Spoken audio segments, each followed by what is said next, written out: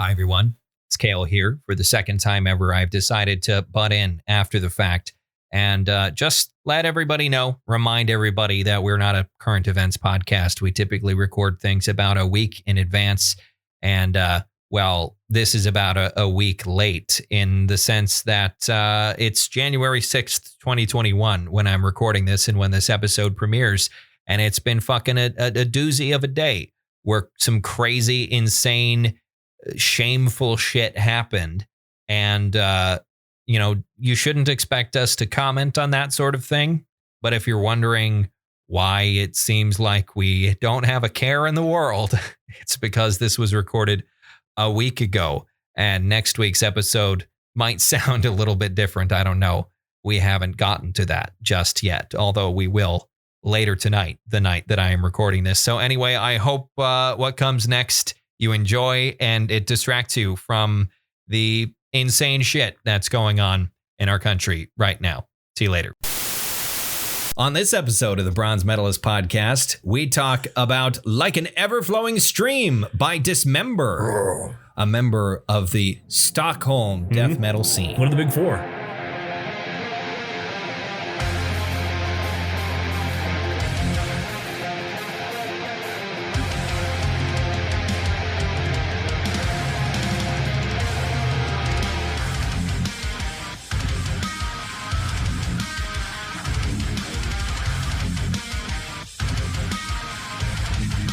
Hi, everyone. Welcome to another episode of the Bronze Medalist podcast. I'm Kale. I'm OJ. We're two professional broadcasters. Oh, yeah. Let's really settle in, get nice and cozy. That's nice. I like that. Yeah, that's good. Get good. into our NPR thing. We're professional broadcasters. We like metal and we like to talk about it. And today we're, I guess, wrapping up Death Metal December. Even though this won't come out in December. Yeah, there's probably, I don't know if I have the... I didn't have the disk space for the last one to come out. Oh shit! On Libsyn, I ran out of data, so I had to buy some more, which it was like $5. So you might have to wait till January for this. Yeah, I think I will. Happy New Year, everybody! Then Happy New Year. Yeah. It's not official. It's not technically.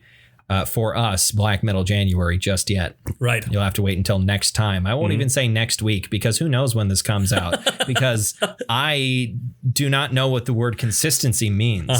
What's an upload schedule? Sure. That's a thing that people who are successful on the internet keep to is upload schedules. Oh, speaking of uploads, as I was coming here tonight, the gun shop, there's a field across from the gun shop. Yeah. The cops were all over there, and there was a couple with their trunk open, and cops were shining their flashlight in there. I see. Some serious cop drama going on down at the end of your block. Wow. What's going on? I've been into that gun shop like once. Yeah. I think it's nice. Sportsman's Loft. It's a nice shop, but yeah, I wonder what was going on. What was in that trunk? Was it a body? Was it stolen guns? Were the two of them in handcuffs? Or were they just kind of standing by? Everybody was just standing by at the moment. Okay. But there was a cruiser there, and there were 3 cops. And Interesting. Yeah. Interesting. Oh. I wanted to slow down. Wanted to rubberneck it, Yeah. To gawk. What'd you guys do? Have Officer Bar Brady. Nothing to say here. Move along. Nothing to say here. Yeah. Oh, God. How have you been? We talked before we turned everything on briefly about your Christmas and everything. Right. Yeah, it was a good time. It was a good time. I got, as far as gifts go, I got all the new Tad Williams books. Nice. If you know who that is. He's a fantasy author, yes, right? Yeah. What's his series? Original Memory, Sorrow, and Thorn is the one that I read. Okay. I had like Tail Chaser songs, and different, and he had a sci-fi series as well, which I didn't read that. But he's continued the Memory, Sorrow, and Thorn, like months, many times, years, days, hours later. Okay, so it's I don't know. I haven't read it yet. It's like a sequel series. Yeah, sequel series. But it's not necessary. Maybe it's not a direct continuation or something. No, it's like the same characters now. Oh, okay. So it is a direct continuation. I also got a cast iron dip sauce pot. Cast iron dip sauce pot. Yeah. I mean, I was about to ask, are you going to get that much use out of it? But you're you. Yeah, I will. You love yourself some dips. I do. I love dips and I love setting things on fire. Those two, no, Those two, you can combine those two loves with the cast iron dip sauce pot. Cast iron dip sauce pot. I'm putting on the charcoal, some cheese. Speaking of cheese Yeah. and just dairy products, I am very afraid that I might be losing my lactose tolerance. Oh no, why? Well, every morning that I have had like a full bowl of cereal and like drank the milk and just, operated my life the way that I typically operate, which is very dairy heavy. Of course. I end up by the end of the day with just the most awful gas. Like it is disgusting. It smells terrible. Is this just recently? Yeah, this is in the last week. Have you done anything different with your diet? I don't think so. I don't think I have. This morning I had a bowl of cereal, but I just ate the cereal and committed to me what is a cardinal sin of pouring the milk down the drain.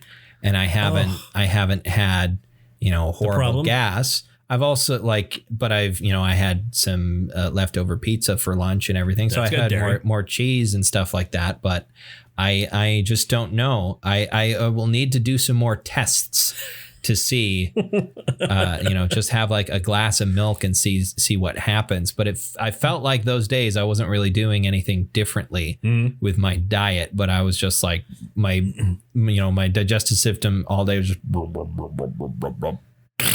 and it was just nasty smelling farts. Oh, jeez. Well, stay tuned, listener, for more details. Stay tuned regarding dairy and Kale's ass. This has been there just needs to be a section of this podcast, which is weird shit happening with Kale's body. What's going on with him this week? Is he dizzy again? No, this time he's shitting his pants. That didn't happen. Right. No, I don't. We're on the verge. I mean, I was about to say we're on the verge of oversharing, but when has that ever stopped us? Yeah, that's never. It's like stopped. I wasn't experiencing like anything else. I wasn't having like bad diarrhea or anything like that. This time. So that's usually like the next step with people who are lactose intolerant, right? It's like it's usually not just bad gas. Right. Usually they're also shitting themselves. Right. And serious cramps. And yeah, I didn't have any of that. It was just really, really, really nasty farts. Maybe this is just a leftover from whatever happened like last week or the week before. Yeah, when I was, like the first 2 weeks of December, basically, is what it was. Maybe. I don't know. Whatever the fuck was going on. I don't know. I guess I could go get an antibody test. Maybe I took my official COVID test too late. Maybe I was already out of my system. But I don't know. I don't feel weird anymore, and that's nice. That's good. The bottom line here, you're feeling better now. Yeah. On a different note, I watched on Christmas Eve after everybody had gone to bed. I brought my laptop and I watched the new episode, not the newest, but The Expanse. Yeah, the episode that came out last week. The one came out today. Episode 4. Yeah, I haven't seen 5 yet. No, I watched episode 4. Holy fuck! Yeah, major death happens in there. I think. Yeah. I know what character you're talking about now. But yeah, it was two characters. One was a very major character. Yeah. Another one was an important person in the universe of the show, but not so much a major character. Yeah, someone who hasn't really been on a lot of screen time. Yeah, but in any sense, that episode was terrifying. It was just the feeling of it. I've never seen. Where I guess we're getting into a little bit of spoilers. So if you'd like to watch The Expanse and you haven't seen it, this is not this week's episode. This is last week's episode. Yeah, close your ears a little bit. But I've never quite seen asteroid impacts portrayed that way in the way that it is so terrifying. Because normally, if there's a movie where the thing that's happening, the crisis is there's a big asteroid that's going to hit, is that it's on its way, and the tension is how do we stop it, or like everybody knows it's coming, and so they're just kind of resigned to their fate or whatever. Yeah, you don't see the aftermath of it. In this episode, it's like it's I'm too young, but I kind of imagine that must have been a bit what it was like being an adult on 9/11. Because it's like, on the show, the first asteroid impact hits and everyone's like, why didn't our asteroid spotters see it? What's going on? And then the second one hits and they realize they're being attacked. Sure. And then the third one hits and it kills the prime minister. Right. Or the what's the head of the UN, the general secretary, the general secretary general, whatever it is. But like that feeling, because I mean, I was 5 when 9/11 happened, but like, you know, the first plane hits the tower and you're like, wow, that's a crazy accident. That's horrible. That's awful. Another plane hits the other tower and you go, holy shit, we're being attacked. Right. And then a plane hits the Pentagon and it's like, how many more are there? When does this stop? And then one went down in Pennsylvania. In Pennsylvania. Yeah. It's like, how many more are there? Is this going to keep happening?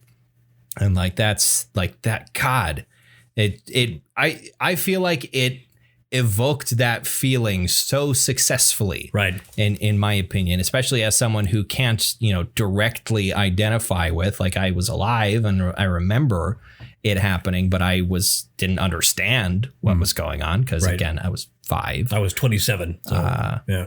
So that maybe hit a little more for you, but yeah, goodness, that was. I was a broadcaster at the time. Yeah, I can't imagine. I gotta go to work after this. Yeah. Oh shit. What the fuck am I supposed to say? Yeah. Like I can't imagine being in that. Like now, me being a broadcaster. I mean, both of us still being, but like something like that so sudden. Of course, you know, that's been the big thing this year. Is like, how many days has the COVID death toll been worse than it was on 9/11? But it's kind of become old hat at this point. Right. Where it's like, it's not shocking anymore because it's built up to it and we've gotten desensitized to it. But it's awful. Okay. We're bumming people out, including ourselves. Talking about a TV show. Yeah. But anyway, watch The Expanse. I think so far season 5 is like I think like without even having seen the last however many episodes this season, I think season 5 is already like the best season they've had. Yeah. The rest of the season is going to have to be pretty fucking awful for it to not be the best season they've had. And I don't think it's going to be. I mean, they're really putting a lot of show in there. Yeah, my God. One thing that I learned, because I never heard any follow-up, is that Cass Anvar is not going to be returning for season 6. Really? Yeah. Why? Because he had all the sexual harassment allegations and assault allegations, and apparently by the time the investigation had finished, I think filming when those allegations came out, I think season 5 was already done filming. And I guess the investigative team decided that they were credible. And so Cass Anvar is not returning. I don't know how they're going to do the show without Alex. I'm sure they will figure it out. Well, with the guys who wrote the books, I mean, is he? Well, I mean, that's the thing, though, is that Ty and Daniel are involved. And yeah, Alex continues to be a character in the books. But they also aren't really sure if the show is going to continue past season 6. I think it's been declared that the show is going to take a hiatus after season 6, because I think like the last 3 books in the series are kind of mildly self-contained, at least in a way that, you know, for a television show, you could do that. That's my understanding. I could be completely wrong, but. Yeah, Ty and Daniel are very much involved in the making of the show. And so if someone's going to figure out how to keep doing the story without Alex being in the show, it's those two. Like they've got their hands in the bones of the universe itself. They can figure out how to, like, Drummer, for example, is a character that never existed in the book. And yet she's a very important character in the show. Drama. So yeah, I'm sure they can figure it out. I think it would be neat if Drummer was like their new pilot or some shit. If she, you know, whatever happens to her at the end of the season, she ends up on the crew of the Rossi. That'd be neat. It would be neat. It'd be cool to have her around. Although they have in the past replaced actors in parts. Yeah, but the last time it happened was really awkward. Yeah, it was. I didn't even know it was the same character. It took a couple of scenes before she starts calling him her husband. Like, what? That's supposed to be Arjun? No, he's weird and clinical and cold. He's not warm and friendly friendly. Like, although, I mean, they had Peter George as the first, and Peter George is like the happy, cuddly old elder Indian man in every British TV show ever. Do you need a very affable, man of Indian descent in your show? Get Peter George. I think his name is Peter George. But in any case, The Expanse, watch it. Yeah. I don't see enough people talking about this show that are not actively fans of it. It's a weird thing where it's like acknowledged by so many critics and everybody as being like the best science fiction show on television right now. And the best sci-fi show on TV for quite some time. And yet people aren't like talking about it. And it's on a huge streaming platform. Right. That should have a massive audience, but it doesn't seem like it does. It should theoretically, like, I kind of want to see it be more like something like Game of Thrones, right? Like, in the sense that before everything went to shit, Game of Thrones was a cultural phenomenon. Yeah. Nobody would shut the fuck up about it. Right. And The Expanse is, in my opinion, just as good in many ways, as or at the least, first 4 seasons of, or at the very least, it has grown to be just as good. I think, like, if you compared season 1, I think they're actually roughly comparable. Season 1 of The Expanse and season 1 of Game of Thrones. I think they're roughly comparable. Game of Thrones had the benefit of having Sean Bean in it, right? But I'm glad that Sean Bean continued to be a main character for the whole series. But it's like, as far as like budget and pacing and stuff like that, season 1 of Game of Thrones, up until the end of the season, nothing like massive happens. Right. In season, it's all build up to when shit explodes later. And that's what season 1 of The Expanse is. It's all build up for crazy shit to happen in season 2. And introducing you to all these characters. The only comparable like name actor in season 1 of The Expanse was Jared Harris, who I would love to see return. I need more Anderson Dawes. They keep on talking about him. He's around, he's doing things, but he hasn't been on screen since like a little bit at the end of season 3, towards the end of season 3. And I want to see more because I love Jared Harris. I also love that this show has one of the more interesting MacGuffins. Being protomolecule? The protomolecule, yeah. What is it? Oh, it's the protomolecule. What does it do exactly? We don't fucking know. That's basically it. Yeah. Well, in that sense, like, I mean, it's the classic sort of sci-fi MacGuffin of like this super powerful thing. Yeah. But also it's mixed with kind of a cosmic horror type of vibe in the sense that, it's the super powerful MacGuffin, but also it's terrifying and nobody really knows what the fuck it is or does or why it does what it does end up doing. And like where it came from and that sort of, like, nobody really understands it. And that's, I think that's the underlying current of The Expanse, is like the cosmic horror type shit. That seeps through every once in a while. That was most present because like the protomolecule has kind of been dormant a little bit. That plot thread has been dormant for a little while. Yeah, like the ring gates opened and everything, and people have been going through them, and there's the weird, the structures on the planets they've been visiting, but there's no. It's not like season 2 where you see what happened on Eros and like people getting infected with this shit and the hybrids and everything. Like it's not that sort of thing. I forgot what happened to all the hybrids. They all got destroyed. They did. Okay. You're right. They a bunch of them got sent out on pods, and the Rossi was able to intercept all of them and shoot them down right as they were leaving. And then the ones that were left got destroyed. The mid-season finale of season 3. And the botanist's daughter was never infected. No, she was fine. Right. May? May. Yeah. Anyway, we've talked about The Expanse for a while. Can you tell how much we like this show? Maybe you should watch it. Tell your friends to watch it. Anyway, the album Oh yeah, the album the album that we're talking like about. an ever-flowing stream by Dismember. by Swedish death metal band December. So December. Yeah. Dismember is a Swedish death metal band started in 1988. They are part of the Stockholm scene of death metal. They're from Stockholm, and it is Stockholm. There are two big death metal scenes in Sweden that ended up forming in the late 80s into the early 90s.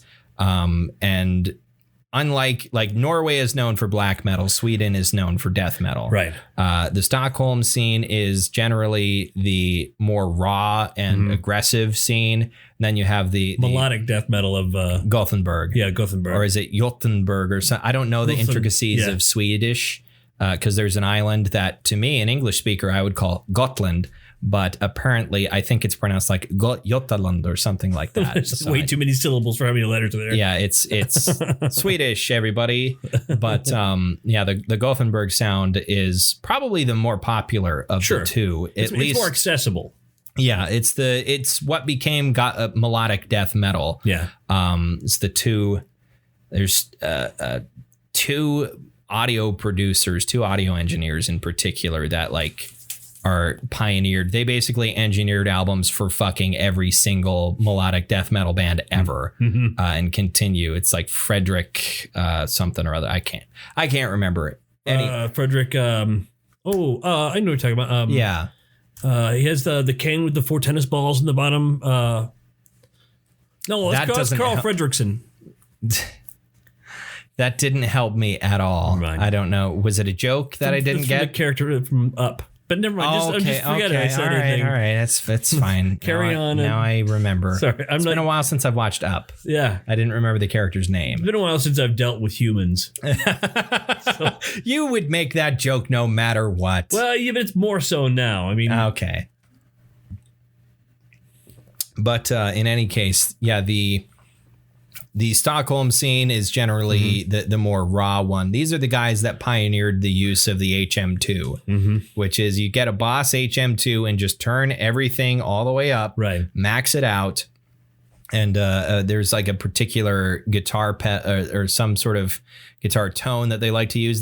People describe it as like a buzzsaw type sound. Yeah, I actually do love the guitar tone of this album. This is really good, and also because it's like uncompressed and warm, and everything's this is a very warm album, and I like the guitar tone. I think.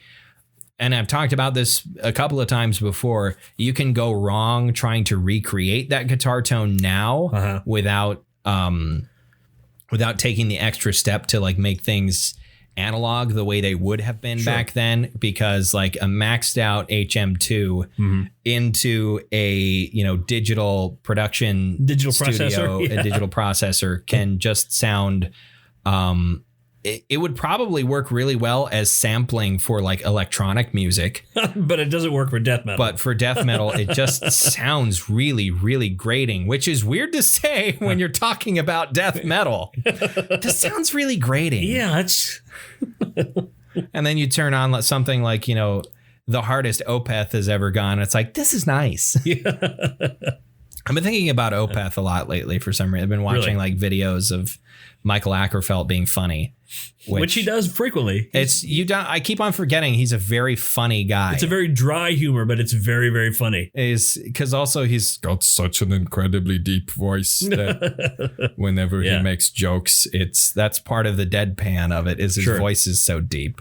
It's like Peter Steele. I just want to hear Peter Steele is dead, but to hear him tell like a knock knock joke would be hilarious. Because he sounds like fucking what's the guy from old James Bond, the huge like Judge maybe I'm getting somebody confused, I think, actually, but is his name Jaws? No. Well, there is Jaws, which was played by like the fireman, the guy who played the fireman in Twin Peaks. Yeah. Yes. The giant. Who also has an incredibly deep voice. Yeah. I think I was trying to reference some other James Bond character that I'm probably not actually familiar enough with to make a reference to. Have you not watched all the movies? No, I've hardly watched. I don't think I've I don't know if I've ever really seen all of any James Bond movie other than like Skyfall and really? like some of the more recent Craig movies. I don't think I've seen all of. I think Skyfall is the only Craig movie I've seen all of. I've seen bits and pieces of a lot of other Bond movies, but never watched many of them all the way through. I should really watch like GoldenEye all the way through. Oh, of course. You should watch, in my opinion, you should watch all of them. If you want to live on Earth. Every James Bond movie. Watch every James Bond movie. Even the bad ones. Even the bad ones. Even the ones that were, this is just a remake of Thunderball. You know what I mean? Yeah. I think it is kind of funny. Right. We're getting horribly off topic, but that's what you're here for. That's what you should be here for.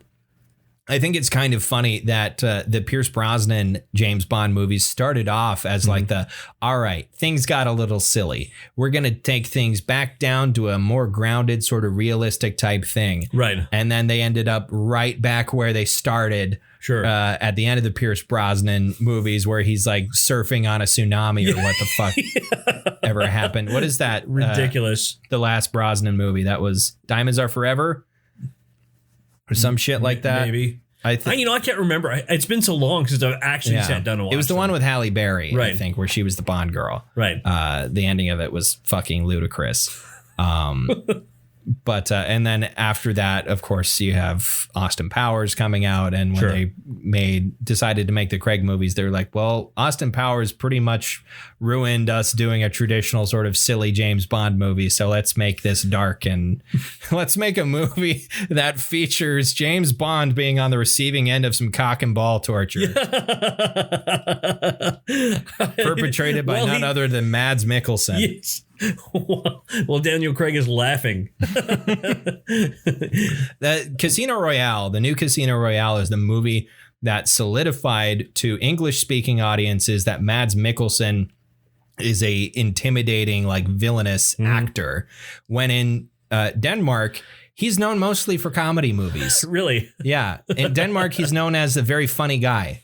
And like, I think you see a little bit of that in interviews, but just kind of because of the way he looks, he has such, sharp and severe features. Yeah. And that like very sort of cold gaze combined with the fact that he's, foreign. Sure. He ends up playing bad guys in movies. He's Hannibal Lecter. Yeah, he's a perfect Hannibal Lecter for English speakers. But yeah, in Denmark, he's known for doing like comedies or like sort of dramedy type movies. Sure. One of his most recent movies was called oh no, I forgot the name of it, but basically he plays a teacher, and him and his buddies basically one of them read a study that like people who drink a lot, like who drink a certain amount of alcohol every day, like perform better or something like that. So they decide they're going to try that, and their lives all spiral out of control. And it's the US trailer, I think, was a lot more made the movie look a lot more serious than it was because it's a movie about a man ruining his life with alcohol. But so it shouldn't be all that funny. But I mean, the Danish have a different sense of humor, I guess. Sure. But yeah, I like Mads Mikkelsen. He seems like a cool dude. Also Cyberpunk update. Yeah. I was kind of thinking, because of course all the marketing has Keanu Reeves in it. I kind of assumed that he was going to be like a major character, but one that doesn't really appear all that often. No, he's all over that fucking game. Really? He's like, his character chimes in a lot for reasons I won't really specify, because it's a nice surprise if you are planning on playing Cyberpunk and don't really know much about like the universe. It happens, the thing that happens with him is what kicks off the first act after the prologue. Really? But like the reason why he's always, always around is interesting. But yeah, he's all over that game. And I like it because I think it's honestly, so far in what I've played, he has more lines of dialogue in Cyberpunk 2077 than he has had in the entirety of the John Wick franchise. Which he's playing a very different kind of character. I mean, they're both badasses, but like Johnny Silverhand he's like a washed up like punk rocker type. Sure. So he's, he's a lot more vocal than someone like John Wick, who is the strong and silent type. But I haven't seen part 3 yet. You should. It's good. Yeah. It's a good movie. I mean, it's John Wick. They're all good. You're right. It's good stuff. a surprise appearance from Angelica Houston. Really? That I was not expecting. You just see her character at first, in the first shot of her, you see her character from sort of like an angle slightly behind her. And I was like looking, I was like, I recognize those cheekbones. Whose cheekbones are those? Oh, it's Angelica Houston. Of course it is. It's Morticia Addams. Yeah, it's like, I know those cheekbones from somewhere. Morticia, there you are. Yeah, when are they going to make another Addams Family movie? They like just, a live action one. Oh, they just made an animated one. Yeah. Not too long ago. I'm just surprised nobody's, of all the remakes people have been making, I'm just surprised they haven't tried another one of that. I mean, the Addams Family movies were a remake of the TV series. Yeah. So I don't know if the Addams Family is really all that special anymore either, though. It's because like the joke was like, look at this weird and dark family, but they love each other. Now it's like, you go to your grocery store and you see a goth couple with their kids. Right. It's like, that's not, that's every day. That's every day these days. So you don't have to worry about it. It's great. Maybe they should make a Beelzebubs movie.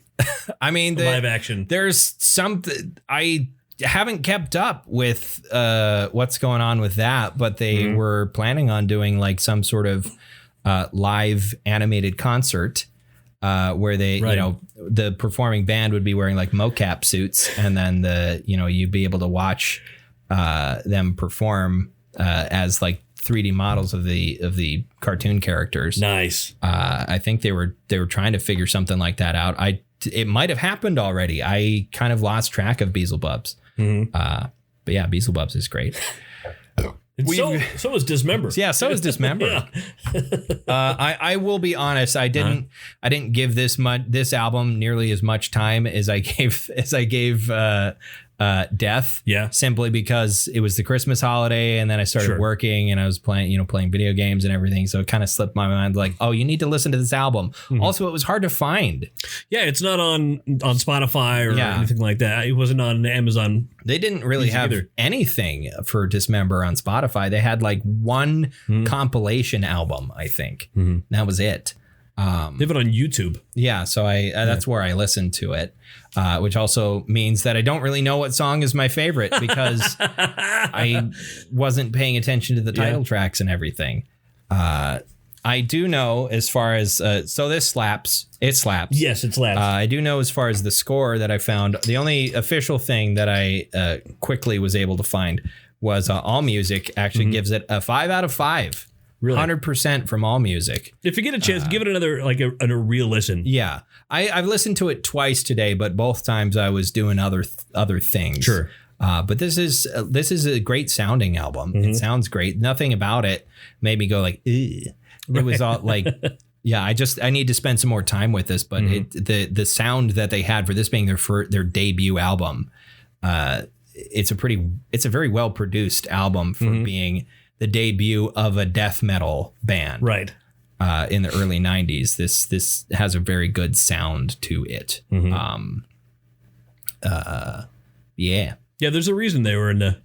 They're in the Swedish Big Four. What is the Swedish Big Four? It's Entombed. It's Entombed, Dismember, and a couple other ones. Shit.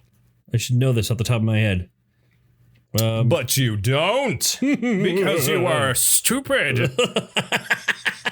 You are a stupid boy. Stupid man. Silly, stupid person.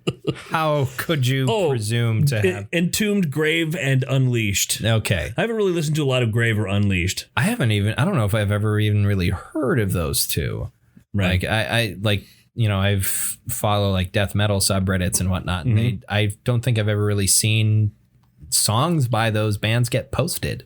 Really? They just maybe aren't super popular outside of Sweden. Do you see Entombed at all? Or yeah. I'll see like Entombed and Dismember, and of course a lot of later Swedish death metal pops up, but most of that is Gothenburg stuff. So that's Soilwork, and Opeth technically counts as Gothenburg. Do they really? Yeah.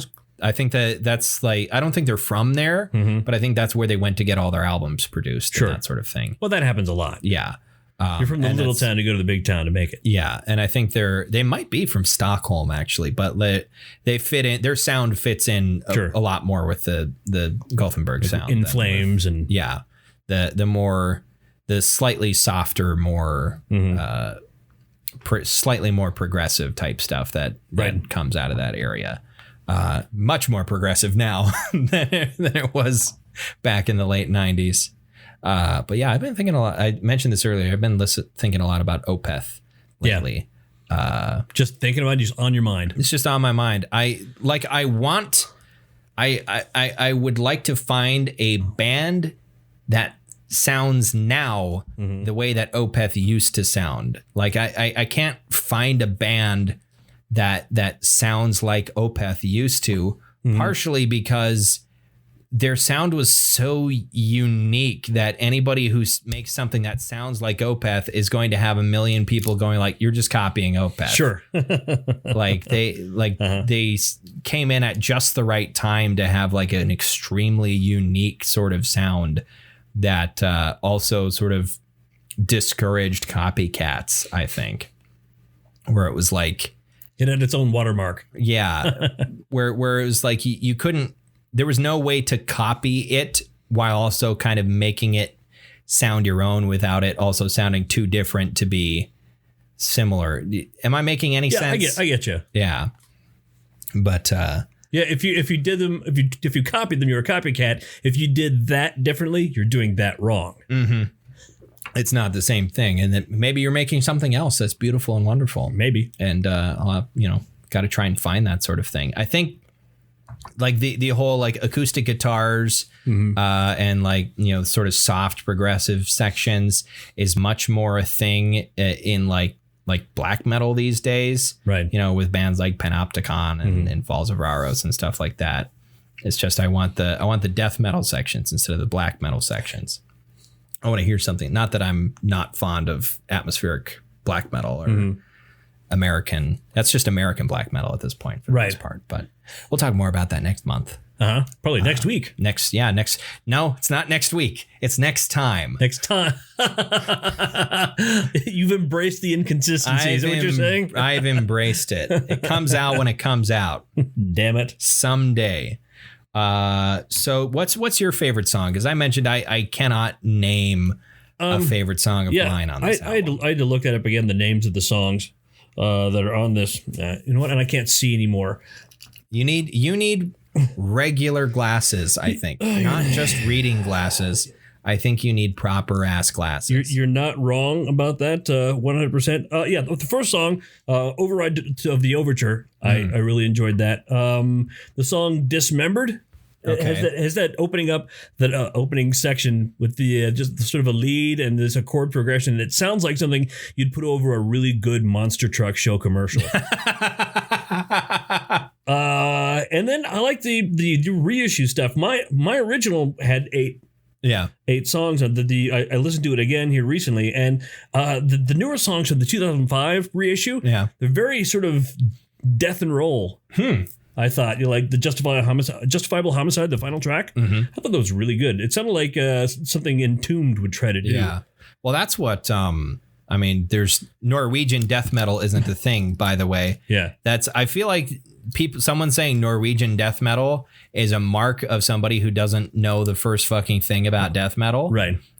Is when people who don't know anything about metal assume that's a thing because it's Norway and it's metal. So of course that's its own thing, but it isn't. It's black metal. But there was originally a Norwegian death metal band that became a black metal band, and that is Dark Throne. Sure.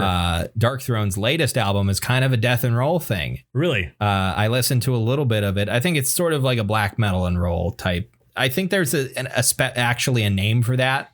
That's black metal and rock and roll, but I don't remember what it is. But black rock, black rock. I don't think that's it. No. But blackened rock and roll. Sure. I don't know. No, they just make me want catfish. Sorry. You almost made me spit up a little bit of beer. We're drinking Lucky Buddha. Yeah. Because I want to wish, everybody better luck in 2021, because fuck you, 2020. What was it? I saw the other day, somebody said that if 2020 was a bath bomb, it would be a plugged in toaster. Yeah. Yeah. Just remember, nothing is really going to get magically better on January 1st, but it is not. And in fact, it may all together be a worse year. it might be. It could happen. It could happen. They're going to have whoever's been writing the show, the Earth show, is going to have to, get pretty creative in order to top what's happening. But, I think the aliens are going to have to figure something out. It's Ed Harris. It's always Ed Harris. Sure. Ed Harris is up in a control room, in space. In the Truman Earth. Yeah. And he's up in a control room and he's looking down, pulling all the strings because it's always Ed Harris.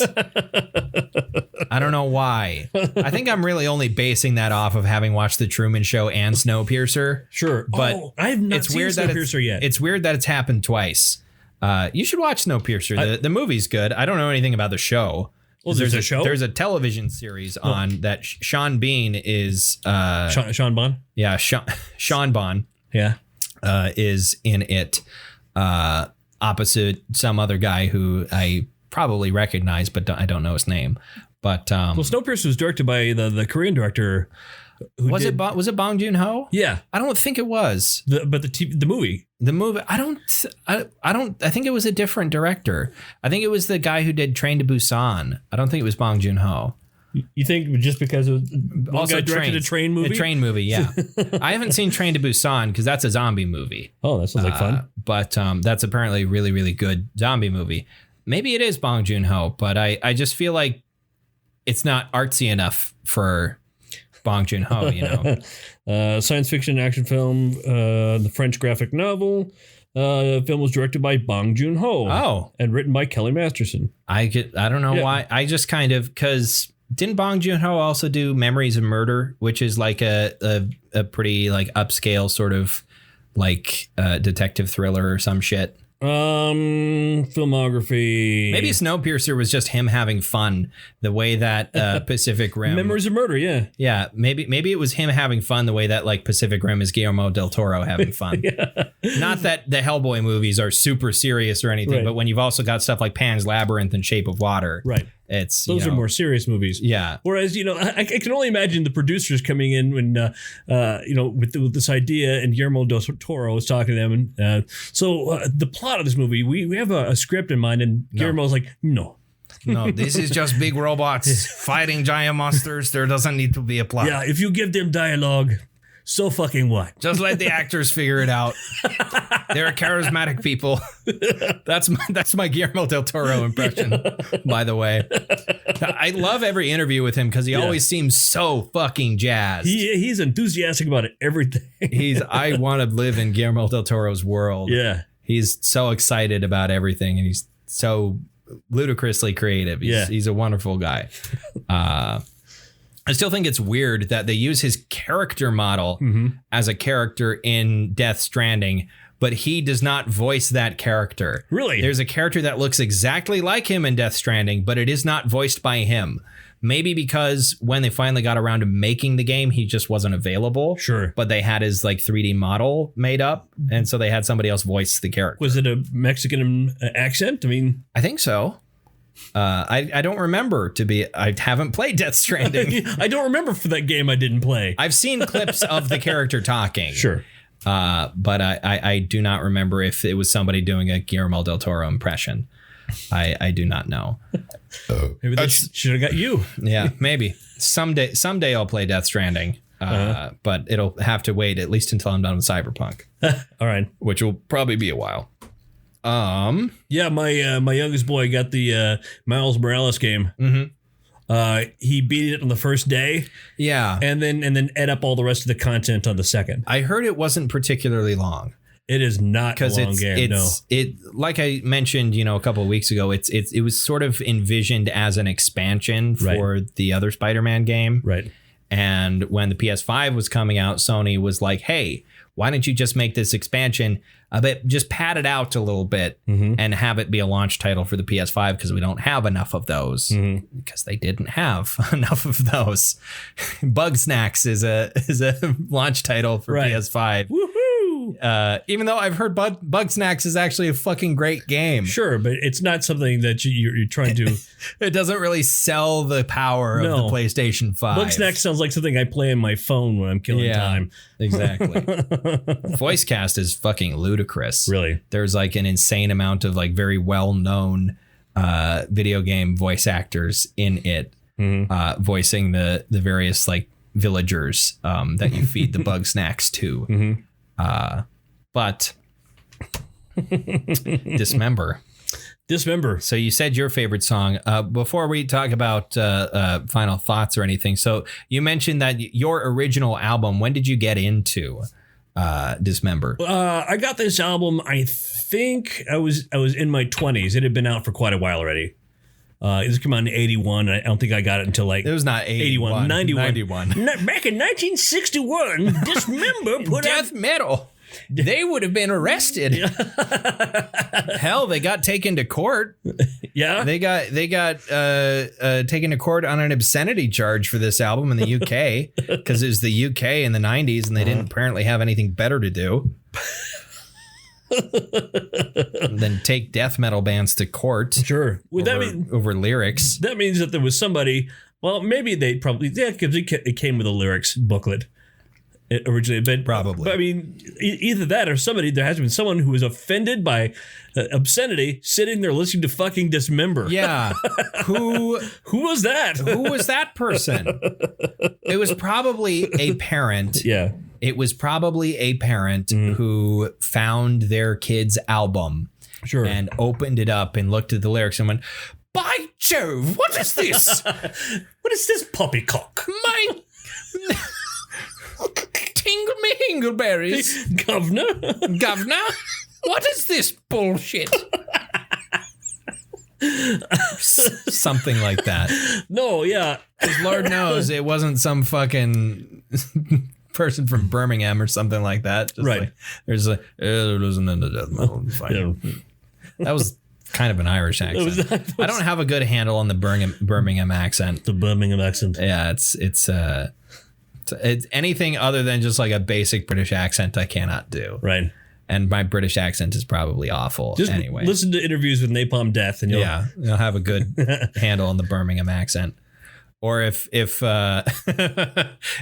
Richard Hammond ever goes home. Sure. Yeah, because that's what happens. That was my experience in life. What? You know, I'm a professional speaker. I talk like this. This is my voice. Yes. And, anytime, you know, I'd be in my 20s or my 30s when my grandmother was still alive. Yeah. I'd say, oh, well, it's time to phone my grandmother. That'll be a good time. Ask her what's going on down there in Oklahoma. Hi, Grandma. How you doing?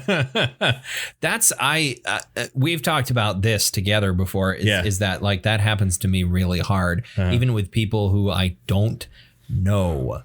If they are, it's embarrassing that like someone will be talking to me in like a Southern accent and I'll kind of start doing it. You have to tell yourself, little bit. Stop it. Just subconsciously for some reason, I'll kind of start doing it a little bit. And I don't know why. Also, there's my phone call voice, which anytime I am taking a phone call from a stranger, I basically drop my voice down about an octave. I've noticed that subconsciously, and will kind of do an impression of my dad.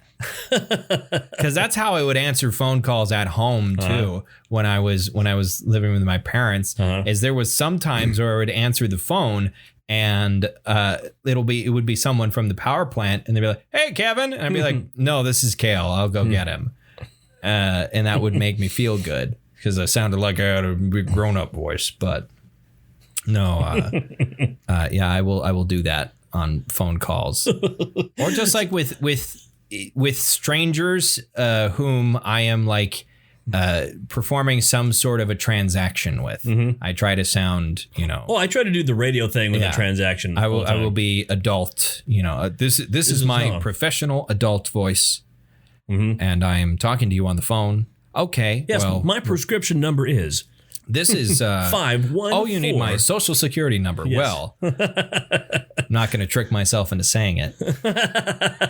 I'm just surprised that when you were younger and you answered the phone and they said, "Hey, Kevin," you didn't at some point, and somewhere in the back of your head, get to go, "I could fuck with Dad's life hard right now." Oh no, I was not that. I was not that kind of kid. I was not that kind of kid. Not that my parents were like super strict or anything like that, where I would have faced like horrible consequences for it. But I was a pretty good kid, in my opinion. Anyway, I think I got grounded once. Sure. That was it. And I don't even remember what I did. I think it was just bad grades because I'm stupid. Okay, I'm not stupid. I'm really bad at math, which when you're a kid makes you feel like you're stupid because math seems to be the thing that counts. Counts. But it's like to me, that was always the measure of how smart someone was, is how good they were at math. Because I didn't consider myself particularly smart, and I was really good at everything else. I was just fucking awful at math. And then here are my friends who's, terrible at reading comprehension, but they're all really, really good at math. And I'm like, they're smart. And I didn't consider myself all that smart because like I was really good at reading and English and social studies and whatnot, but I was so awful at mathematics. And I remained that way. I seem to have a math specific learning disability. I just cannot do it for whatever reason. My dad is really good at math. I fucking suck. Really? Like playing D&D in person with me can be a bit like pulling teeth because if I'm rolling something that requires multiple dice and anybody is talking or distracting me in any way, it will take me 30 seconds to do basic addition. Because I like if I'm by myself, isolated, I can do it just fine. Can add everything up. But the second someone's waiting for me to do it, I cannot do it. Sure. If there's any pressure on me whatsoever, I crumble and I cannot do any kind of math in my head for some reason. Which is why it is nice playing D&D online with dice rollers and macros that add everything up for you. Even though for everything else, I prefer playing in person because there's a much better vibe. Nobody's worried about talking over each other in the same way. People don't go like, "Oh, no, it's okay. Sure, No, okay. you go." Oh, yeah. You don't have that problem. Yeah. But anyway, final thoughts on this album. What album are you bestowing upon it? Like Maz Kanata? What album am I bestowing on it? Did I say that again? You did. Why do I? Whatever. What album are you bestowing upon this metal? This is like Chewbacca to Maz Kanata.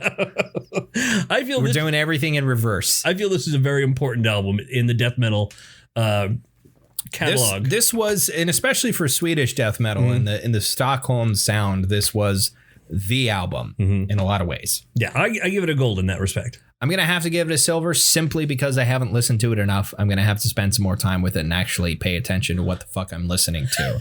I have, there are just some days where I have a really poor attention span for these things. So I for the moment, I'm going to have to give it a silver, but I like it. There's nothing wrong with this. I enjoy this. I just I haven't interacted with it enough. There's some earworms in here that if you were really paying attention, would stick in your skull. I'm sure they would.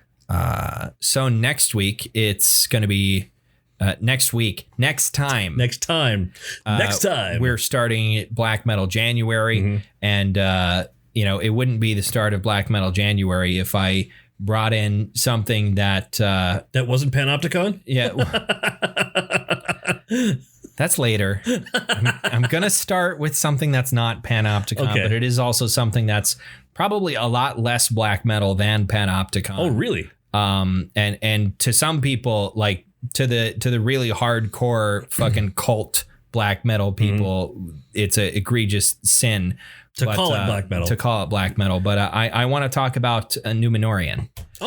Which is sort of a post black metal, black gaze type band. They are more black metal than something like Death Heaven, but there's still a lot of like shoegaze elements and like post rock stuff injected in it that is, you know, a complete anathema to somebody who only listens to shit made in an abandoned basement in Oslo. Right. Or Bergen or using wherever. a single microphone. Yeah. Using a fucking baby monitor. Yeah. And not that I don't enjoy like some cult black metal stuff, but this is what I've been vibing with for about a month. Sure. And I think it's really good. So the album is called Adore. It's the newest album from Numenorian. It came out last year. It's so good. Not super black metal. It's not very black metal, but it's enough that I feel comfortable putting it in this month. And also I've just really wanted to talk about it. All right. Because I love it. It's great. Yeah, this is the month where we really have a time defining our parameters. Yeah, because people who are into black metal are so fucking snobby about it. Right. They're so particular about it. I'm being more negative about this than I should be, but I get why people are so exclusive with the label black metal, but it's not as important to me. And I just lost all credibility with the black metal crowd. Oh, you never had it. I never had it. You're 100% right. But in any case, that's what we're talking about next week. I am really excited for it. And then, later this month, we're going to do a Panopticon album. I was hoping so. I was actually looking forward to it. Yeah. Our third Panopticon album of the last year or so. Sure. I mean, there's a lot to get through, so we're working our way through it. We'll do one of the full length since we did a bunch of singles last time. Right. So we'll probably do the newest full length, which is what is that? The Scars of Man on a Once Nameless Wilderness, I think is the full title. Okay. Which came out in 2018. It's his latest full length. I kind of forget because I keep on sitting here going like, when are we going to get a new Panopticon album? And remember, it's only been 2 years and he's put out a bunch of singles since then that are all 20 minutes long. And it's like, no, we've had new Panopticon. Just be patient. What's wrong with you? But anyway, so thank you very much for listening to this episode of the Bronze Metalist podcast. Until next time, you can find us on Facebook and Twitter and Libsyn and your podcast app on iOS and the podcast source on Android and your Google Play Store. It's Libsyn's app. Go download it. Why not? What are you waiting for? Oh, gosh. Okay. All right, then. Thank you very much for listening. I'm Kale. I'm OJ. Congratulations. I want some hot dish. You want some hot dish? We got extra tater tots and I put lots of tater tots and cheese in it. Plenty of Lowry's.